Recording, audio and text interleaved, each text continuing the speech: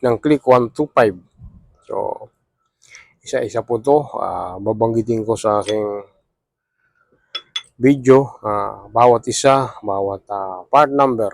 So, pag ito po ang bibilhin natin, itong sa right fork, part number po nito ay 51400-KZR601 fork ASI right front.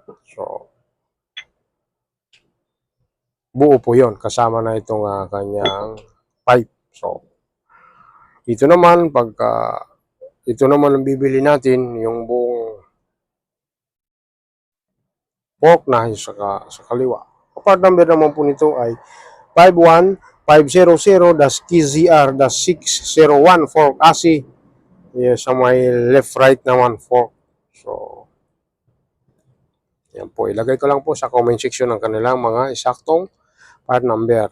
Ito po ay may tatlong klase po ito. So, mas maganda po pagka bibili po tayo, ORCR po tayo base. Kasi po sa bawat model code, iba-iba po ang kanilang code. Baka po hindi magkaroon na tawag na hindi magkaroon ng error o hindi compatible.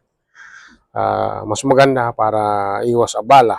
Base po tayo sa ating ORCR kung ano po yung.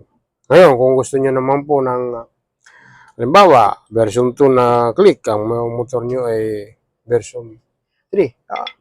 Buo na ikakabit, pwede naman. So, pero hindi na yon na tinatawag na standard. So, yun, ang tawag na po doon ay modification. Pero parehas po ang sukat nila. So, magkaiba lang sila ng